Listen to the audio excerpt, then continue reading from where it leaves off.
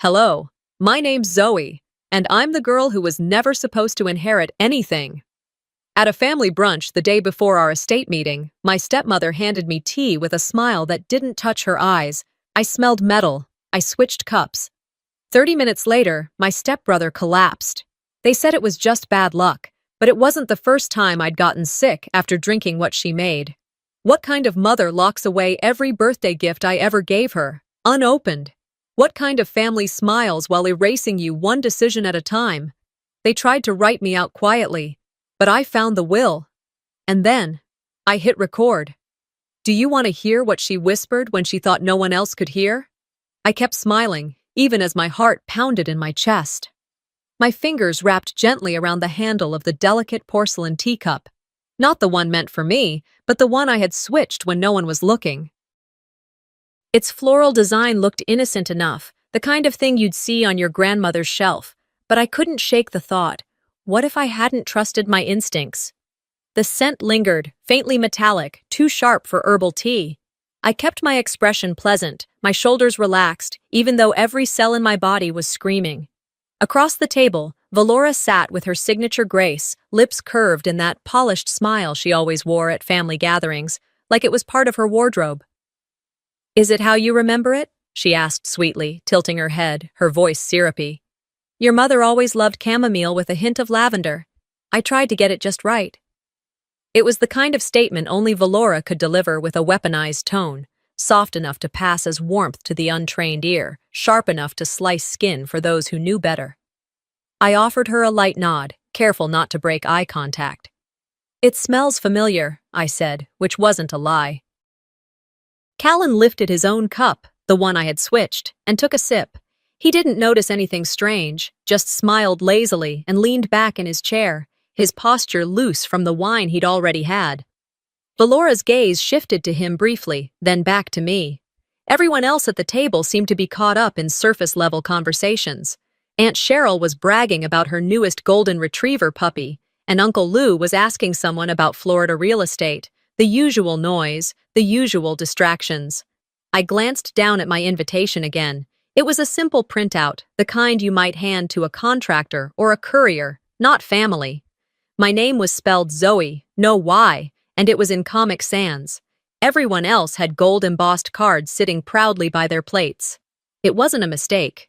It was a message. I hadn't been to one of these dinners in years. Not since Dad passed. Valora had made sure of that, inviting me just late enough that I always felt like an afterthought. But this time was different. This time, I said yes. The estate hadn't changed much. Same brick facade, same gravel driveway that crunched under tires like bones, same heavy oak doors that creaked open as if groaning in protest. The walls still carried the same oil paintings of distant relatives I never knew, staring down like judges in a courtroom. And yet, I felt like the stranger here. When I arrived, Callan was the first to greet me. His hug was brief, his cologne sharp, some overpriced blend of bergamot and ambition. He always looked polished, like he was auditioning for a family dynasty he thought he deserved. Still, there was something tired in his eyes tonight, a kind of pressure I hadn't seen in him before. Valora had descended from the staircase like she always did, slow, elegant, purposeful. She wore pale gray, like mourning with pearls. She smiled as if nothing had ever been tense between us, as if she hadn't spent years chipping away at my father's trust in me, piece by piece. "I wasn't sure you'd come," she said, holding out her arms like a peace offering. "I almost didn't," I replied, stepping into her embrace. Her perfume was familiar, gardenia, old money, and a hint of something bitter. Dinner was served by staff I didn't recognize. She must have changed them all since Dad passed. Every movement felt choreographed, every wine pour, every serving dish passed like we were actors in a play. Except I wasn't playing anymore. My seat was at the far end of the table, closest to the window, farthest from the center. That, too, was no accident. I took my place quietly, tucking my napkin into my lap, smiling at the people who barely remembered my name. Valora sat at the head of the table, of course. Callan was on her right. I was to her left, but still apart. She lifted her glass. "To family," she said, and everyone else echoed it mindlessly. The food came, I pushed it around my plate. I wasn't hungry. When Valora offered to make me a special tea, I didn't protest. I knew something was off before she even stood up. It was in the way she looked at me, like she was about to win something. She returned with 2 cups, handed one to me, the other to Callan. As she turned her back to adjust something on the sideboard, I moved quickly, but carefully. A slight shift in my arm, a gentle lean toward the table, a quiet, oops, as my elbow grazed the edge. I caught both cups before either spilled and placed them back, only reversed. Valora turned just in time to see me pick mine up. She smiled. Callan didn't hesitate. He took a sip, nodded in approval. "Smooth," he said. I held my cup but didn't drink. Instead, I let the heat from the porcelain seep into my palm as I stared at Valora and pretended not to notice her eyes narrowing. "You look pale, Zoe," she said softly. "Is the room too warm for you?" "No," I replied. "It's just been a long week." She tilted her head again, studying me. "I know this family hasn't always been easy," she said, voice just loud enough to cut through the background noise. "But it means a lot that you're here tonight." She said it like I was the one who had disappeared. I nodded again, holding her gaze. "I'm exactly where I'm supposed to be." Across from me, Callan coughed once, lightly, then again, deeper this time. He waved it off, smiling sheepishly. "Dry throat," he mumbled. Valora looked at him. I saw it then, just the slightest flicker of concern, buried beneath her calm facade. And I knew, whatever was supposed to happen, it wasn't meant for him. I stayed silent, observed, waited, and smiled. The air around the table didn't shift all at once. It rippled, like something submerged just beneath the surface was trying to rise. I could feel it in the way Callan leaned back into his chair, adjusting his collar with fingers that moved a little too fast. His skin, usually golden and smooth, had taken on a slightly clammy sheen under the warm chandelier light. Valora was still watching me, though her eyes darted every few seconds to her son. Her smile faltered for a heartbeat before she pulled it back into place. I caught it, just like I'd caught the way Callan's hand trembled as he reached for his wine glass. I didn't react. Instead, I nodded along to whatever distant relative was talking about a kitchen remodel in Charleston. I offered the appropriate mm-hms and raised eyebrow smiles, but my attention was laser-fixed on the way Callan blinked slower, shifted in his chair, and scratched at the back of his neck like he was trying to wake his own body up. I recognized the signs, not because I'd seen them before in someone else, but because I'd lived them. 3 times in the last 2 years, I'd ended up in urgent care after sharing tea or food at these so-called family events. Each time, Valora insisted it must have been food allergies or a sensitive stomach. Each time, the doctors found nothing. And yet the symptoms were the same. A nausea, dizziness, metallic taste in my mouth. I couldn't explain. Now, Callan's fingers slipped just slightly as he set his glass down, a faint clink against the plate. Nothing anyone else would have thought twice about. But I saw it. What I didn't expect was what happened next inside me. I didn't feel triumphant, not yet. I didn't even feel vindicated. What I felt was tired. Not the kind of tired that sleep fixes, but the kind that comes from carrying suspicion alone for too long. From being the only one who noticed the lies because I was the only one meant to be broken by them. A soft laugh from someone at the far end of the table drew my attention back to the present. But my mind was already slipping somewhere else, somewhere far less lit by chandeliers and far colder than the carefully curated Southern hospitality in that room. I was 13 the night my father sat me down and told me I'd be starting boarding school up north. He made it sound like an opportunity, like something special just for me. He said the school had history and structure and reputation, like they were gifts he had picked out himself. Valora stood beside him, hand on his shoulder, nodding along. She didn't speak much, but her presence said enough. I remember looking at her and wondering why her expression didn't match the words she had used earlier that week. "You need discipline, Zoe. You're too emotional. It's not good for a girl in your position." I didn't argue. I didn't cry. Not in front of them. I packed my bags like I was going on vacation. I folded my sweaters too carefully. I left a letter on my nightstand for my mom, knowing no one would read it. Valora didn't hug me goodbye. Dad was too distracted with a business call to come out to the car. That ride away from the estate, with just a driver and silence, carved a space inside me that never quite filled again. Callan had stayed, of course.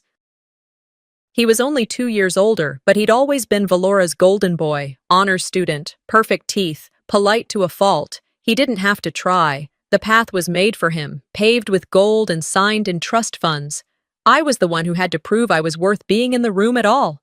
And no matter how hard I worked, no matter how much I accomplished out in the world, every time I walked back into this house, I became Zoe, the sensitive one, a polite guest in my own bloodline. Callan cleared his throat again, this time louder. Heads turned. "You all right, son?" Uncle Richard asked.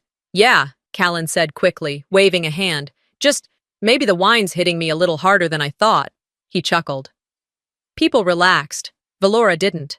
Her eyes flicked from him to me, and I watched a new layer of calculation begin behind that perfectly drawn eyeliner. "I think we could all use some air," she said lightly, rising to her feet with that host glide she did so well. "Shall we move to the sitting room for dessert? It's peach cobbler, your favorite, Callan." He nodded, but when he stood, his balance wavered. Barely, but I noticed. He caught the edge of his chair and steadied himself. No one else commented. I did what I always did, blended in, played the part. We moved slowly into the adjacent room, some chatting still about the food, others trailing behind.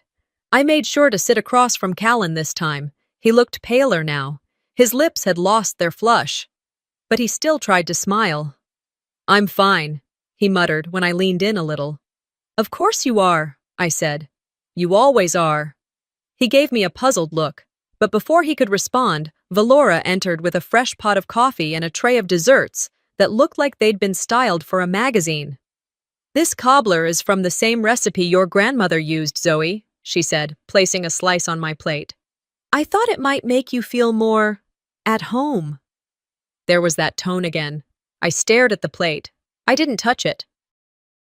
Instead, I lifted my gaze to hers and held it longer than I had in years. "Is that what this is?" I asked softly. "You trying to make me feel at home?" She blinked. Her smile tightened just slightly. "Why wouldn't you be at home here? This is your family." "Is it?" The room stilled a bit. Nothing dramatic, just a subtle thinning of the air. Callan coughed again, sharp this time. He reached for a napkin and turned away slightly. Valora moved toward him with fluid grace, placing a hand on his shoulder. "Are you feeling okay, Callan?" she asked, her voice smooth, but I heard the crack underneath. Just barely. I leaned in closer. If there was a mask, it was slipping, and I was done pretending not to see. She didn't wait for an answer. Valora's hand stayed on Callan's shoulder for a beat longer than necessary before she motioned to one of the house staff to bring him a glass of water. The room had grown quieter, the kind of hush that hovers when something shifts in the atmosphere, but no one's brave enough to name it. Callan mumbled something about a headache and excused himself from the table. His steps weren't steady, more like someone walking through water with their shoes still on. I watched his back retreat toward the study, his outline wobbly against the framed oil paintings lining the hallway. Valora trailed behind, her heels clicking too quickly, her voice soft but urgent. Everyone else pretended not to notice. I stayed seated. It wasn't hesitation. It was calculation. There was nothing I needed to do in that moment but wait and observe. My expression didn't betray anything. I wasn't scared. I wasn't shocked. I was ready. I'd spent years being called dramatic, paranoid, too much. Tonight, I would let them see what it looked like when the girl they tried to erase learned how to watch in silence. I took a small sip of water, not tea, and set the glass down slowly. Harlan Winslow, my father's longtime lawyer, approached from the far end of the dining room. His white hair was thinner now, and his back more hunched than I remembered, but his eyes still held that quiet weight of a man who had seen too much and spoken too little. He didn't smile when he leaned toward me. Instead, he held out an envelope wrapped in ivory ribbon, pressing it gently into my hand. "He wanted you to have this," he murmured. "I never gave it to anyone else." My fingers curled around the weight of it. He squeezed my shoulder once, then disappeared back into the shadows, as if he'd never been there. I slipped the envelope under the edge of the tablecloth, the way I used to hide notes from teachers when I knew Valora would search my backpack. I felt it then, that tiny flicker of a spark, tucked somewhere near my ribs. Not hope. Not yet. But the shape of it. I excused myself under the pretense of freshening up and stepped into the hallway. The study was just ahead, door cracked open, Callan seated on the tufted leather couch with a cold towel against his forehead. Valora hovered over him like a nurse who only read the first chapter of the manual. Her words were hushed, clipped. I didn't need to hear them to know she was already trying to spin the situation in her favor. I turned away, heading instead toward the powder room, but just before I reached the corner, I passed the gallery wall. We used to call it the family wall when I was a child. It was where Valora proudly displayed the milestones of the Hemmings household: Callan's high school graduation photo, his first summer internship award, his charity gala debut, and of course, wedding photos from her and my father's second marriage. But not a single image of me. Not one. Not the toothy grin from second grade after I lost my front teeth.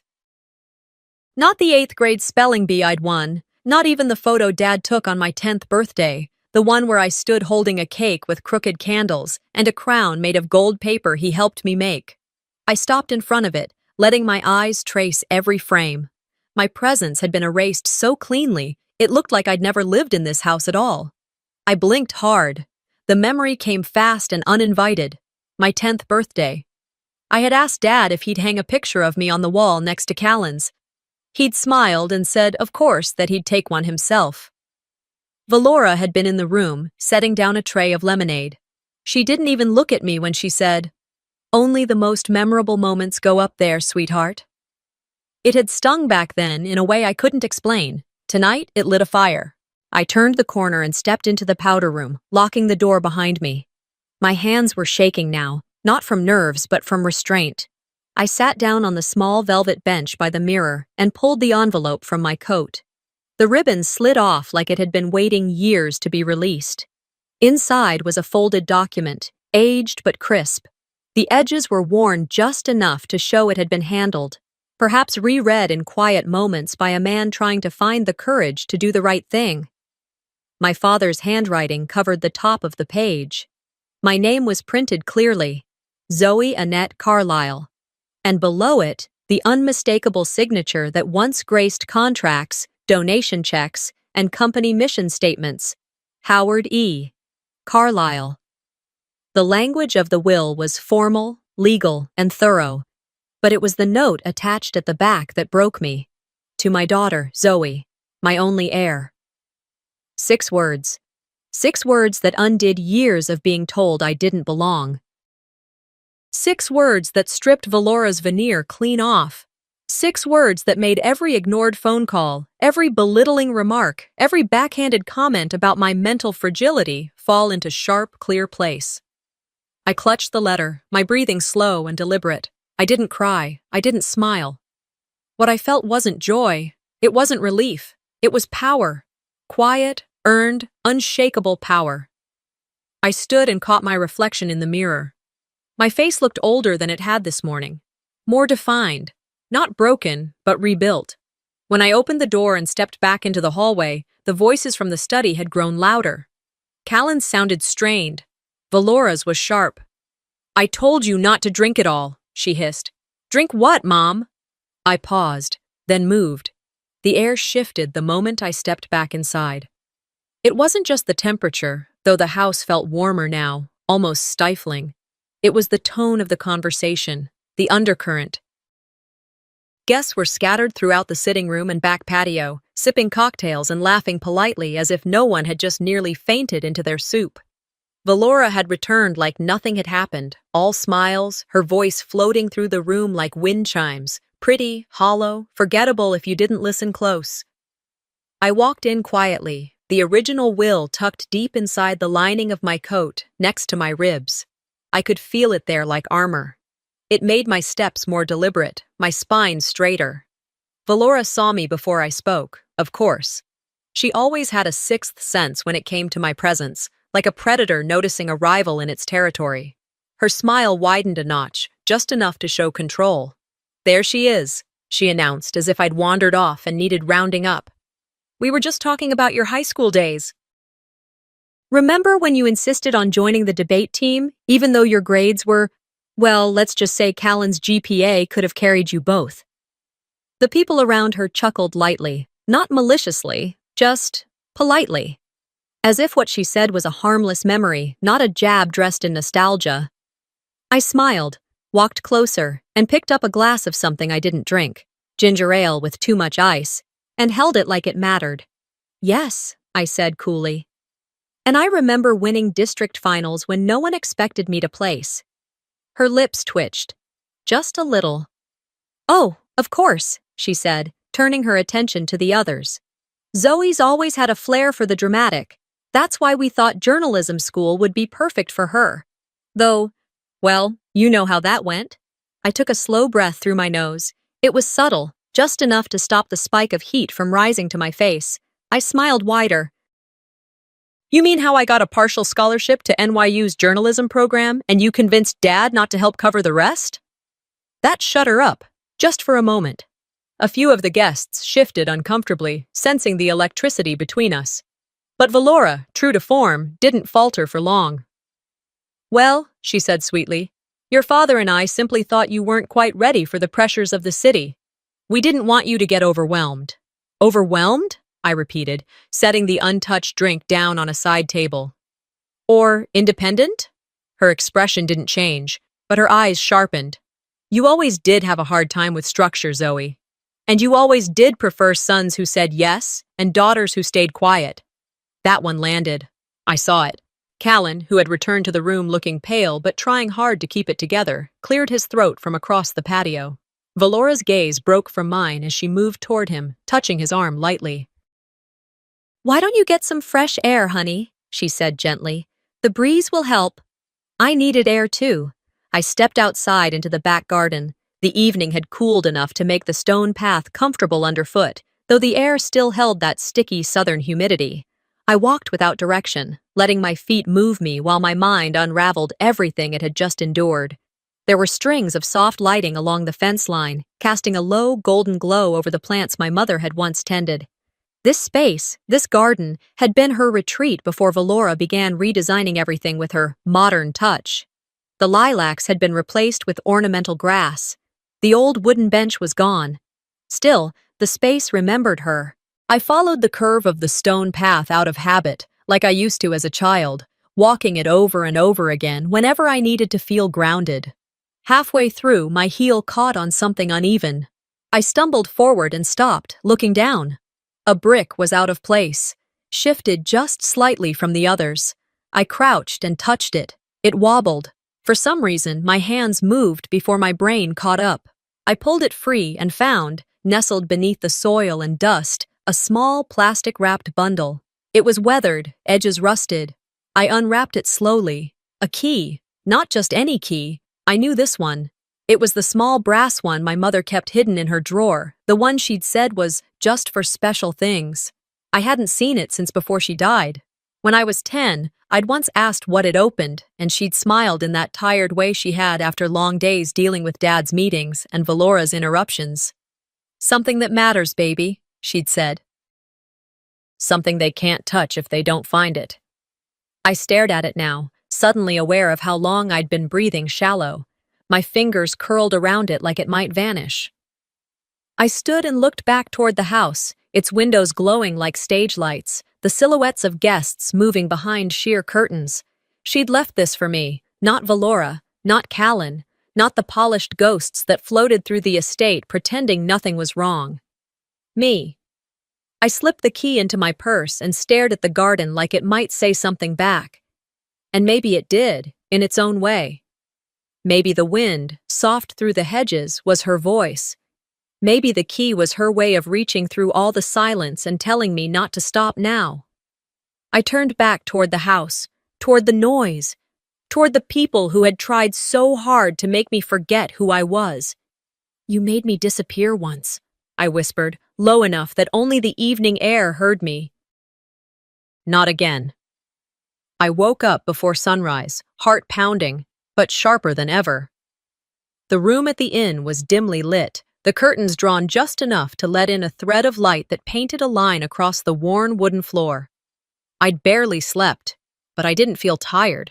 I felt something else, something closer to resolve than rest. The text message was still on my phone screen, glowing like a threat carved into glass. She'll never make it to that meeting. No name, no number, just cold intent. I took a slow breath and sat up, stretching my legs over the edge of the bed. The will was locked in my suitcase, already scanned, copied, emailed, and stored in 3 places. I wasn't taking chances anymore. Not after what I'd heard in the study, not after finding the key, and definitely not after realizing that Valora wasn't just capable of betrayal, she was methodical in it. After a quick shower and a cup of too-bitter motel coffee, I slipped into a dark blouse and jeans, comfort over appearance. I didn't need to play dress-up today. I needed to be able to move, to act, to face whatever came without tripping over someone else's expectations of how a Carlisle woman should present herself. The estate was only 15 minutes away by car. I didn't go there first. Instead, I made a quiet stop at the place I knew she'd return to when things got messy, the Hemmings garden entrance. Luella Maddox stood near the side gate in a soft mauve cardigan and orthopedic shoes, her short silver curls gently moving with the breeze. "Miss Zoe," she said when she saw me, her voice both warm and weighted. I hadn't seen her in almost 15 years, not since she left the estate under unexpected retirement, which, we both knew, meant Valora found her too loyal to my mother and too observant for her liking. "You really came back," she added, stepping forward and giving me a one-armed hug. "You've got your mother's posture now, strong but not rigid, like you know you've been hurt and stood up anyway." "I didn't come here for poetry, Luella," I said gently, pulling away. "I came for answers." She nodded slowly. "Then come sit, child." We sat on a bench under a sycamore tree, one my mother planted when I was born. The roots had lifted part of the stone pathway nearby, and I noticed Luella's gaze flicker to it for a second, as if she too remembered the secret buried beneath. "She knew," Luella said after a long pause. "Your mother. She knew that woman was working your father like a rope, pulling just enough, never hard enough to break him, but always dragging him closer to her end." I stayed silent, letting her speak. "She asked me to go to Harlan once," Luella continued. "Said she'd written a will herself, one that named you outright. Told me she didn't trust the one your father had under lock and key with Valora breathing down his neck." My throat tightened. "And did you go?" She looked ashamed. "I tried, but Valora found out before I got there. The very next day I was retired. No chance to finish what your mother started, no way to warn you. And the box?" I nodded. "I found the key. In the garden." Luella let out a slow, almost shaky breath. "Then you're already ahead of her. Don't stop now." "I won't." Later that evening, after the guests had mostly gone and the hum of polite conversation had faded into the clinking of empty wine glasses being collected by staff, I made my way to the library. Valora was already there, perched on the edge of one of the wingback chairs with a drink in her hand and her phone in the other. She didn't look surprised to see me. Decided to stop lurking and speak directly, "I think you know exactly why I'm here," I said, my voice steady. Her smile didn't reach her eyes. "You've always been so dramatic, just like your mother." "That's funny," I replied. "Because you've spent your entire life trying to erase her." Valora set her glass down a little harder than necessary. "I know about the will," I said. "The real one. I have it. I've sent it to Harlan, my attorney, and myself. 3 copies. You can't burn it this time." She stood, slowly. "You don't understand the full picture, Zoe." "I understand enough." She didn't deny it. Instead, she walked to the liquor cart and poured herself another 2 fingers of bourbon, her fingers less graceful than usual. A tremor, not much, but enough. "Tomorrow's meeting?" I said calmly. "I'll be there. And you won't be smiling like that for long." Valora turned to face me, glass in hand. "You think because you found some papers in a dusty box, that makes you a threat? That makes you strong?" "No," I said. But knowing the truth and standing in it does? We stared at each other. The tension was thick, not like a scream, but like a vacuum, a silence too loud to ignore. I warned your father, she said after a beat. I told him you weren't ready, that this world would chew you up. And here you are, still trying to act like you belong. I do belong, I said. But you never did. I left her there in the library, drink still in her hand, face unreadable. I didn't wait for her to call after me. I didn't need her voice in my ears anymore. Instead of staying the night at the estate, I checked back into the inn. The room was quiet, the kind of quiet that felt earned. I opened my laptop, pulled out the will again, and scanned it one more time, not because I doubted it, but because I wanted to burn every word into my memory. Then I backed it up again. Sent it to my lawyer, and to myself, twice. I sat on the bed and let the hum of the ceiling fan blur into white noise. My phone buzzed. A new message. No name. No caller ID. Just 5 chilling words. She'll never make it tomorrow. I stared at the screen for a long moment. I didn't panic. I didn't even flinch. I set the phone down beside me and reached for the lamp. They should have known by now. I wasn't that easy to scare. The sun hadn't fully breached the horizon yet, but Savannah was already awake. Birds chirped in distant trees, and the air was heavy with that southern thickness that clung to your skin like a damp reminder of where you were. I left the inn around 6, dressed in slate gray slacks and a blouse the color of deep wine. No jewelry, no makeup. Just my mother's old purse slung over one shoulder, and the weight of truth inside it. By the time I reached the Hemmings estate, the sky had lightened into a watery blue. A row of cars lined the circular drive, some belonging to attorneys, others to family members too polite to say what they really thought of each other. The front door opened before I could knock. Valora stood there, flawless as always, in a tailored ivory dress and pearls so tight around her neck they looked like a noose someone else had tied. She smiled like nothing had ever happened. "Come in, Zoe," she said, stepping aside. "Callan's already in the breakfast room. We thought a light brunch would be nice before the meeting. Just us." There it was again, that edge beneath the pleasantry. Just us, like a wolf licking its lips while offering you tea. I didn't blink. "How thoughtful," I said, brushing past her. Inside, the estate smelled like orange zest and fresh-baked scones. Too clean, too staged, like they were trying to scrub away the tension with cinnamon and linen-scented candles. Callan sat at the head of the long table, his collar unbuttoned and his smile half-formed. He looked better than last night, but not by much. His skin still carried that faint pallor, and he moved like he'd aged 10 years since dessert. "Hey, Zoe," he said, lifting his coffee mug in greeting. "Glad you made it." "Wouldn't miss it," I replied, settling into the chair directly across from him. Valora disappeared into the adjoining kitchen, her heels making sharp clicks against the hardwood. When she returned, she was carrying a polished tray with 3 porcelain cups and a small glass teapot filled with amber-colored liquid. "I thought we could start with something calming," she said, setting the tray down and pouring with practiced elegance. "Chamomile with just a hint of valerian root. Good for focus."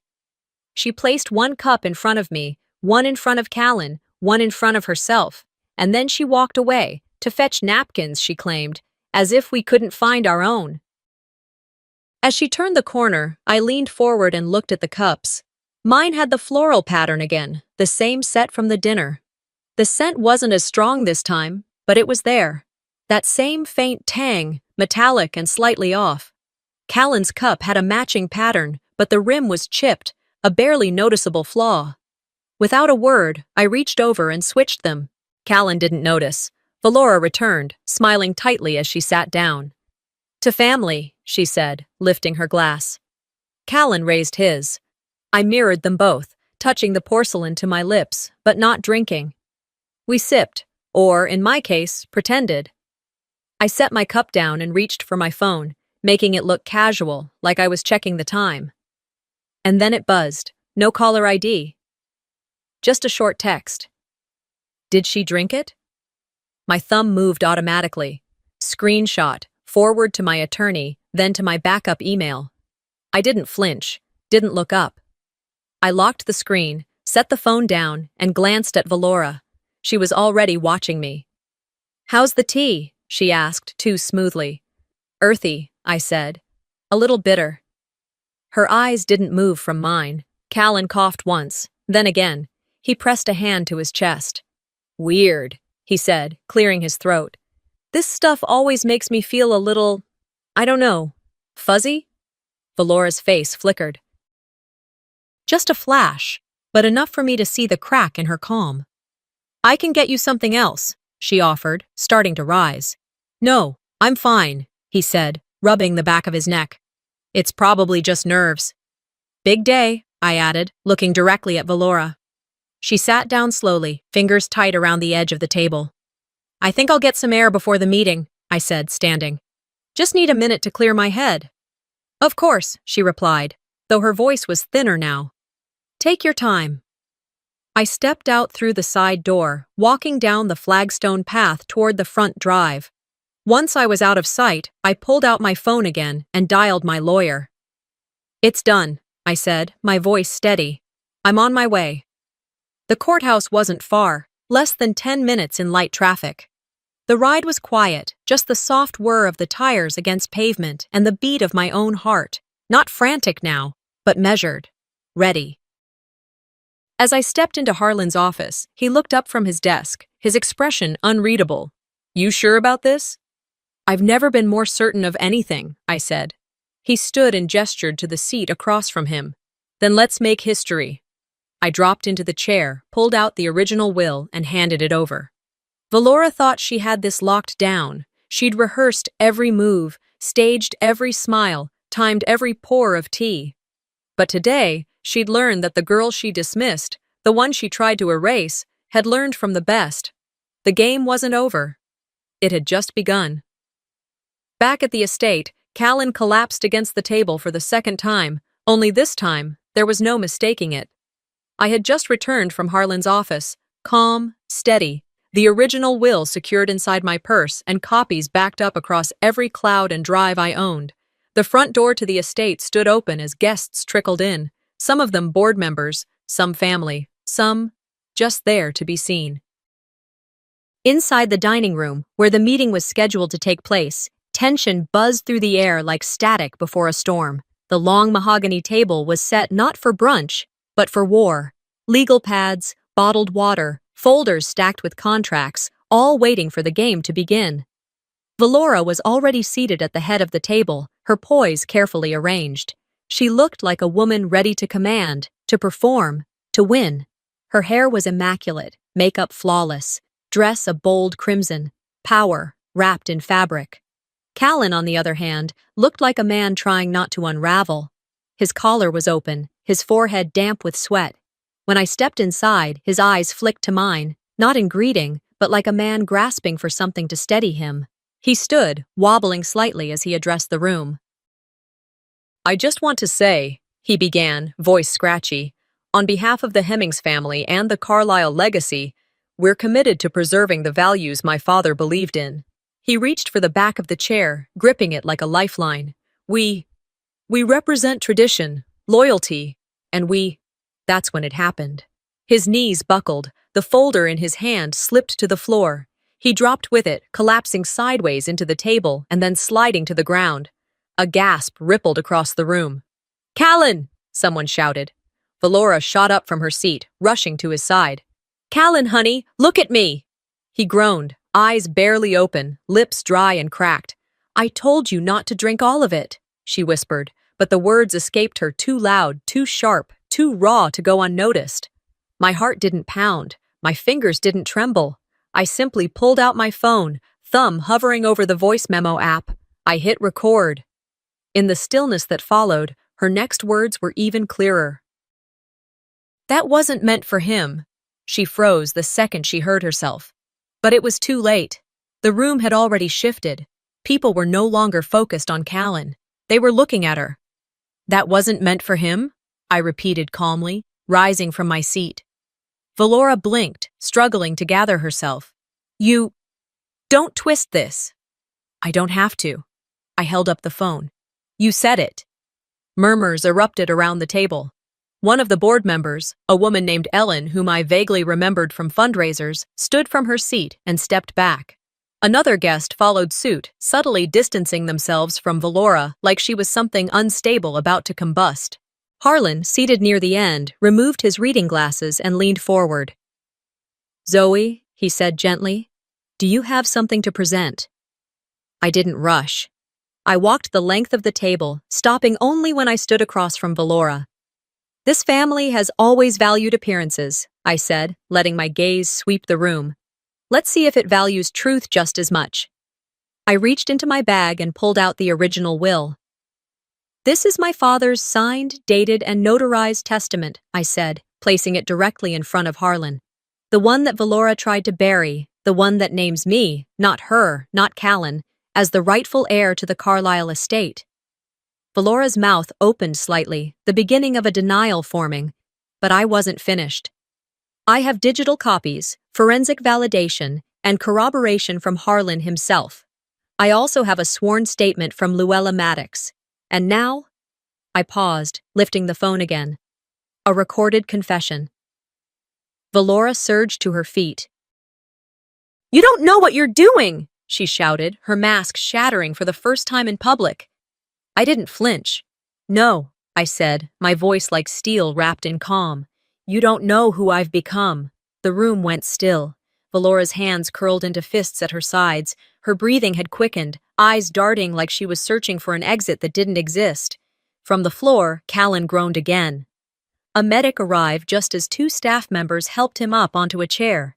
His face was pale, but he managed to look toward his mother with a kind of confusion that twisted the air between them. You did this, he murmured, voice faint but audible. Valora didn't respond. Harlan broke the silence. Given the new evidence presented, I suggest we pause the meeting until legal counsel can review everything. No, I said. You don't need to pause anything. The documents speak for themselves, so do her words. Ellen nodded. I agree. This needs to be addressed formally.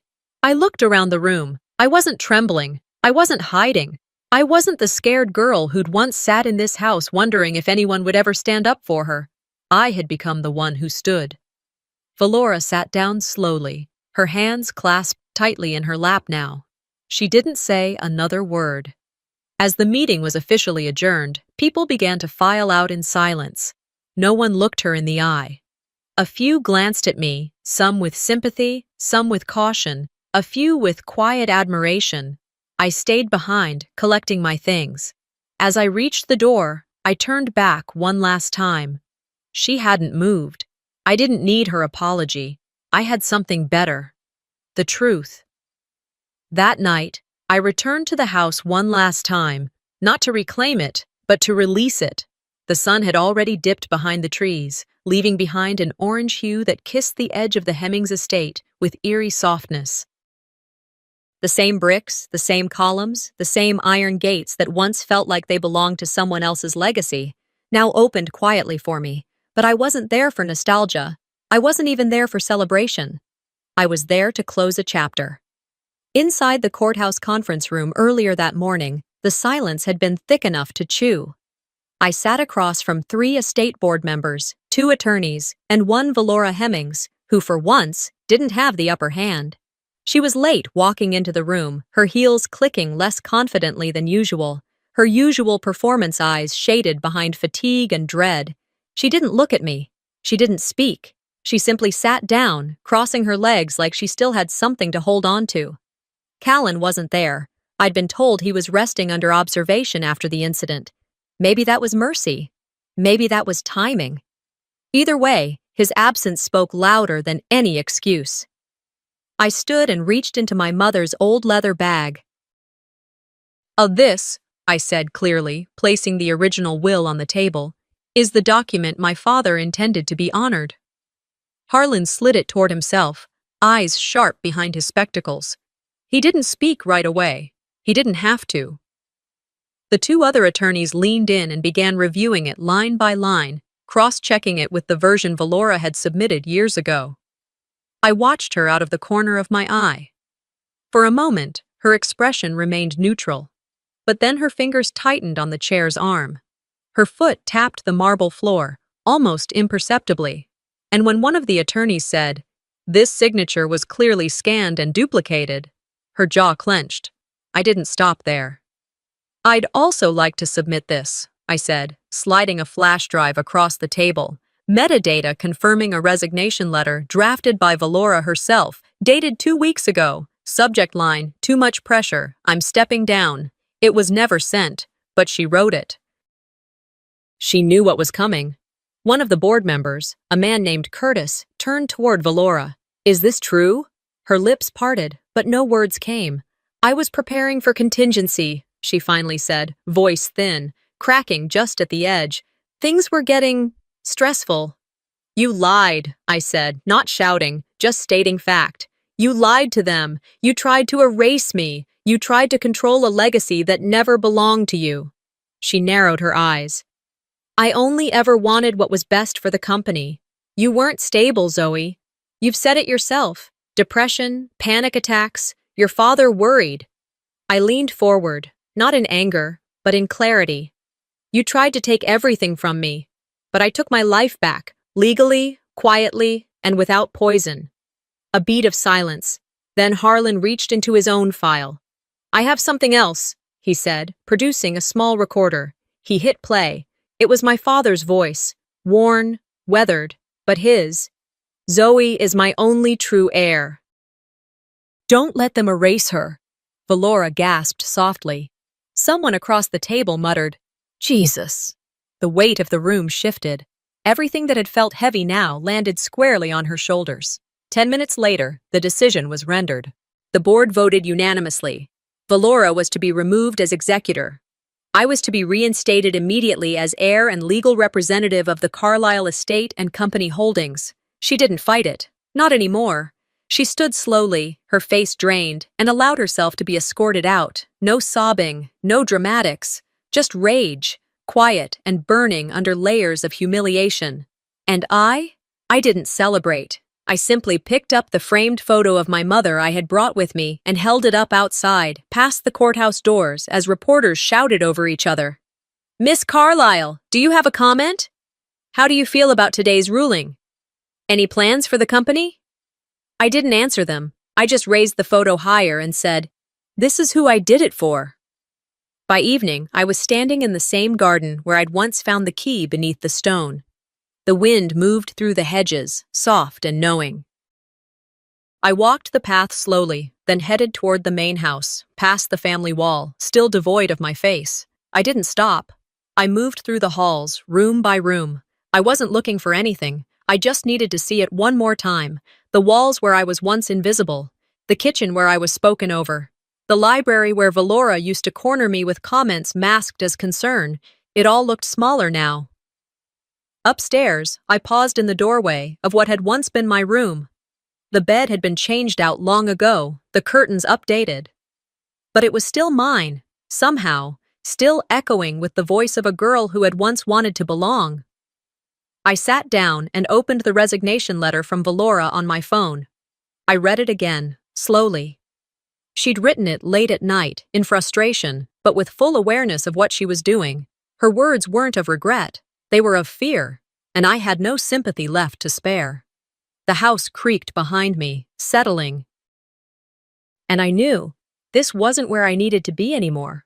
This was the end of the war, but not the end of me. The porch light flickered as I unlocked the front door. My key now, not borrowed, not forced. The house groaned in its old bones as I stepped inside, that same familiar creak under the leftmost floorboard in the foyer still intact. Everything was still exactly where she had left it. And yet, everything felt different. It had been a week since Valora's removal. The legal dust had settled. The phone had stopped ringing. The headlines had moved on. And the house? It just sat there, waiting. No more staff. No carefully staged brunches. No Valora. Just me. The stillness was louder than any fight that had ever echoed through these rooms. It wasn't uncomfortable, though. It was honest. Honest silence has a different weight to it. You don't have to brace against it. I wandered slowly through the front hallway. No need to tiptoe anymore. The oil paintings still lined the walls, stern faces of Hemming's past, watching me now, not as an intruder, but as the last one standing. I didn't feel victorious. I felt still. As I climbed the stairs, a thought nudged at the back of my mind, one I hadn't allowed space for until now. I wasn't sure why it came to me right then, but I followed it. My steps took me to the attic door, a narrow hallway tucked behind the linen closet. Dust rose as I pulled the string light and climbed up into the slanted warmth of the top floor. The attic had always been off-limits when I was young. Too many delicate things, Valora used to say, but now it was mine. Or more accurately, it had never stopped being mine. It was just finally recognized as such. Old furniture was draped in yellowing sheets, stacks of boxes tucked in corners labeled in fading marker. I moved past them until something caught my eye, an old armoire wedged into the far end. Not fancy, not Hemming style. Definitely not Valora's. It was my mother's. I opened the creaking doors and blinked at what sat inside. Gift boxes, dozens of them, wrapped in paper faded by time but still bearing my handwriting. Some scrawled in my teenage loops, others neater from college years, all of them addressed to one person, Valora. The labels read things like, Happy Birthday, Mother's Day, Just Because. One was even marked, For the Woman Who Raised Me, but none had ever been opened. I pulled one down, then another. My fingers brushed across years of effort, attempts at reaching her, pleas, disguised as kindness, proof that I had tried, again and again. And every single one had been tucked away. I sat down on a nearby trunk and chose one at random, a small square box wrapped in burgundy paper. The tape had yellowed. The ribbon had stiffened. I carefully peeled it open. Inside was a music box, the one I had saved for during my sophomore year of college. I remembered choosing it because of the carving, two women seated at a piano. I had imagined foolishly that maybe Valora would see it and feel something maternal. Maybe she'd understand that I wanted her approval. Inside the lid was a folded note. For the mother I wish I had. The breath left me like a slow exhale I hadn't known I'd been holding for a decade. My chest didn't ache. My eyes didn't sting. I just sat there, still, holding years of unanswered hope. I didn't cry. I let go. The next day, I met with Harlan and my new legal team. They expected I'd be moving in, taking over the estate formally, perhaps even resuming control of Carlyle Group. But I had other plans. I'm donating the property, I said plainly, every square inch of it, to a nonprofit foundation. They stared, unsure if they'd heard me right. In my mother's name, I added. The Carlyle Foundation, for young women raised in homes where their presence was treated like inconvenience. I want this house to be a refuge, not a symbol. Harlan cleared his throat. That's a bold move, Zoe. It's the right one. Within the week, the paperwork was in motion.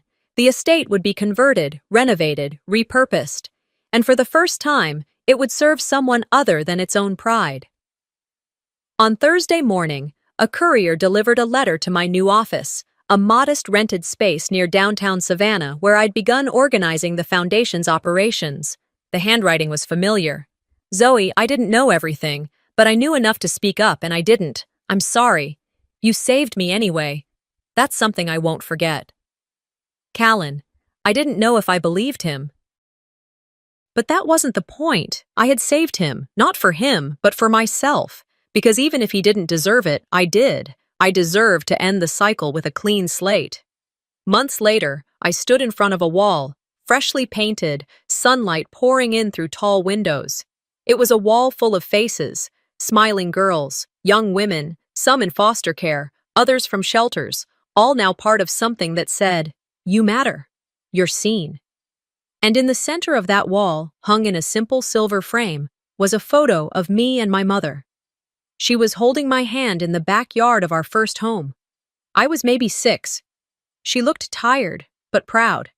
I looked like a child who didn't yet understand how far she'd have to climb, but knew she was loved. For the first time, that photo hung where everyone could see it.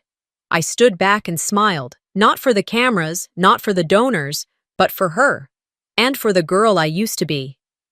People ask me sometimes if I've forgiven Valora. I always answer the same way. Forgiveness isn't about letting someone back in. It's about not letting them live inside you anymore. Then I walk away, into the Georgia sun. A woman not reclaimed, but remade. Sometimes, the people who smile the sweetest are the ones holding the sharpest knives. This story isn't just about a will or a teacup.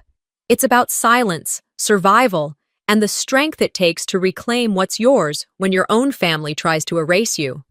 Have you ever felt invisible in your own home, or questioned who would really stand by you if everything fell apart? If stories like this resonate with you, don't forget to like, comment, and subscribe. There's more to come, and you won't want to miss what's next.